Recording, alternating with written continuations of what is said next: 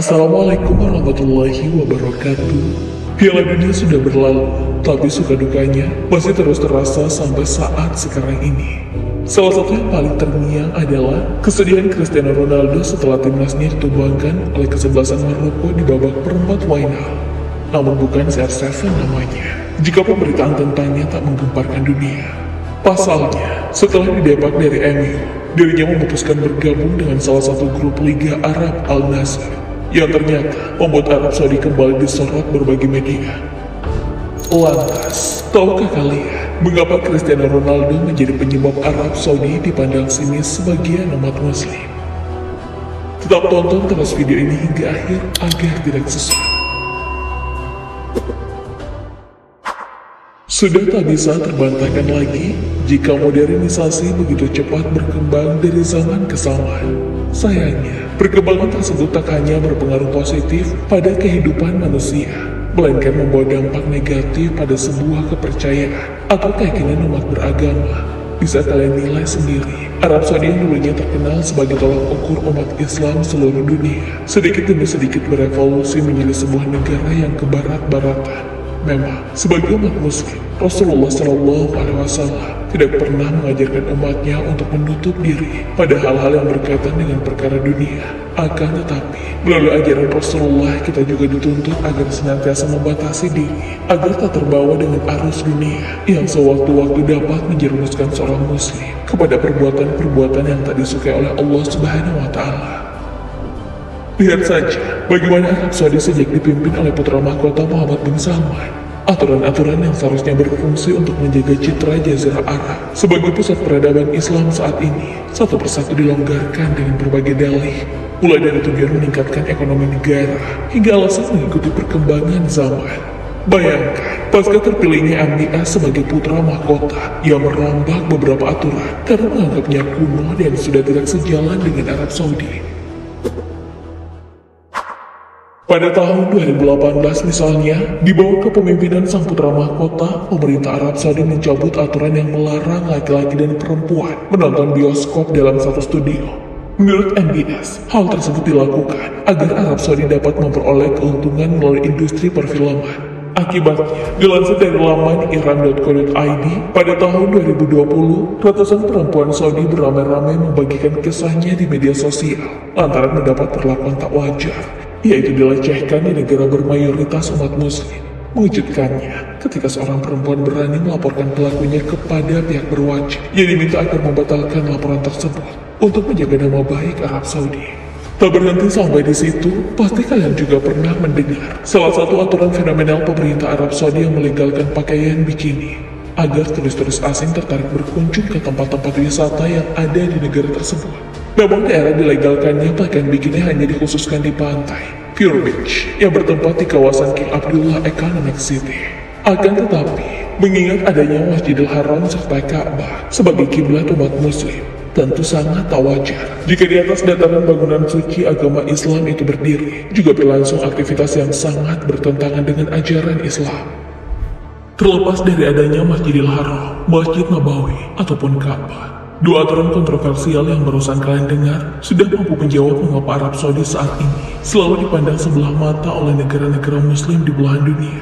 Sayangnya, di bawah kendali MBS, pemerintah Saudi seakan menutup mata serta telinga dengan kritikan atau nasihat para ulama akan aturan yang ia keluarkan. Lebih ironisnya lagi, untuk melancarkan seluruh visi misinya, MBS juga tak segan-segan menangkap dan mewajarkan ulama yang ia anggap sebagai bedah negara. Seperti yang terjadi setahun setelah MBS memegang nahkoda dalam pemerintahan Arab Saudi. Tepatnya pada bulan Agustus 2018 silam, mantan Imam Masjidil Haram yang bernama Syekh Saleh Al-Tobi ditahan otoritas Saudi karena mengkritik kebijakan yang terbuka terhadap masuknya budaya asing. Dalam sebuah cuitan Twitter di akun Resoner of Conscience, diceritakan bahwa penangkapan itu terjadi saat sang imam memberikan ceramah yang menyebut Islam mesti melawan godaan-godaan setan dalam lingkup masyarakat. Salah satunya godaan berkumpul antara kaum laki-laki dan perempuan di tempat publik. Selain itu, juga disebutkan jika penangkapan Syekh Saleh disebabkan mengkritik aturan pemerintah Saudi yang mulai mengizinkan kaum perempuan berkumpul di acara-acara seperti festival musik hingga pertandingan olahraga. Alhasil, kritikan yang sebenarnya bersifat nasihat itu dibalas dengan 10 tahun penjara. Tak bisa dipungkiri kebijakan MBS yang terkesan diktator karena menutup kebebasan berpendapat dilakukan agar Arab Saudi dapat meraup keuntungan di sektor wisata maupun hiburan. Bagaimana tidak, di awal tahun 2023, negara Islam yang menganut sistem kerajaan itu kembali diperbincangkan umat muslim seluruh dunia lantaran salah satu klub Liga Arab mendatangkan bintang sepak bola Cristiano Ronaldo. Pasalnya, setelah pemain asal Portugal tersebut menandatangani kontrak dengan klub bernama Al-Nassr, dirinya secara serta-merta memboyong keluarganya, di mana kita sudah mengetahui bahwa Ronaldo dan pasangannya, yaitu Georgina, tidak memiliki hubungan sah sebagai suami istri. Padahal, aturan tinggal bersama dengan pasangan yang bukan mahram sangat dilarang di negara yang kental akan syariat Islamnya. Parahnya lagi, dilansir dari laman Sport, dituliskan bahwa Arab Saudi tidak akan memberikan sanksi kepada warga negara asing dan memberi izin untuk tinggal bersama dalam satu atap.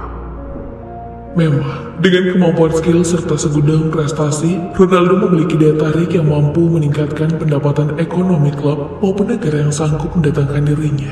Tak heran, melalui klub Al-Nassr yang dari waktu ke waktu dipimpin oleh pangeran-pangeran Saudi rela menggelontorkan dana 3,3 triliun hanya untuk satu pemain berusia 37 tahun. Terbukti, atas pembelian fantastis itu, Al-Nassr serta negara Arab Saudi beraup keuntungan berlipat ganda. Mulai dari penjualan jersey CR7 yang terjual 2 juta lembar dalam waktu 48 jam, hingga mendapat hak penyiaran Liga Arab di industri TV internasional. Akan tetapi, sebagai umat yang dibebankan syariat-syariat Allah, warga Arab Saudi tentu harus menutup mata dengan aturan pemerintah yang melarang aktivitas ikhtilat atau berbaur tanpa adanya ikatan suami istri. Sebab apabila itu terjadi, sadar atau tidak, Arab Saudi telah melegalkan salah satu dosa besar, yaitu zina. Apalagi yang masyarakat awam ketahui, kebijakan-kebijakan pemerintah Saudi selalu berdasar pada Al-Quran dan hadis, di mana dalam Al-Quran, Allah Subhanahu wa Ta'ala telah berfirman, "Apabila kamu meminta sesuatu kepada istri-istri Nabi, maka mintalah dari belakang tabir. Cara yang demikian itu lebih suci bagi hatimu dan hati mereka." Al-Quran, Surah Al-Ahzab, ayat 53. Ayat barusan memang tak secara langsung menyebutkan larangan bercampur baur antara laki-laki dan perempuan. Namun menurut Imam Ibnu Katsir, melalui ayat tersebut, Allah seolah-olah memperingatkan hambanya agar tidak memasuki tempat tinggal kaum perempuan, apalagi melihat auratnya. Apabila di antara kalian memiliki keperluan yang ingin diambil dari mereka, maka hendaknya dilakukan dari balik tabir. Bahkan di salah satu hadis sahih, Ummu Salamah menceritakan bahwa ketika Rasulullah SAW selesai mengerjakan sholat di masjid, beliau akan diam sejenak menunggu seluruh jamaah perempuan meninggalkan masjid agar kaum wanita tak keluar dari masjid bersamaan dengan laki-laki. Peristiwa itu pun semakin mempertegas apabila di tempat umum saja lelaki dan perempuan dilarang berbaur, terlebih lagi saat berada dalam satu ruangan. Sayangnya, Arab Saudi tetaplah Arab Saudi. Demi Cristiano Ronaldo, syariat Islam yang seharusnya kuat tertanam di sana dilemahkan hanya karena alasan-alasan duniawi. Menurut kalian, pantaskah Arab Saudi melegalkan aturan yang membuat orang berpotensi melakukan zina agar Ronaldo bisa menetap di sana? Allahu a'lam bishawab. Assalamualaikum warahmatullahi wabarakatuh.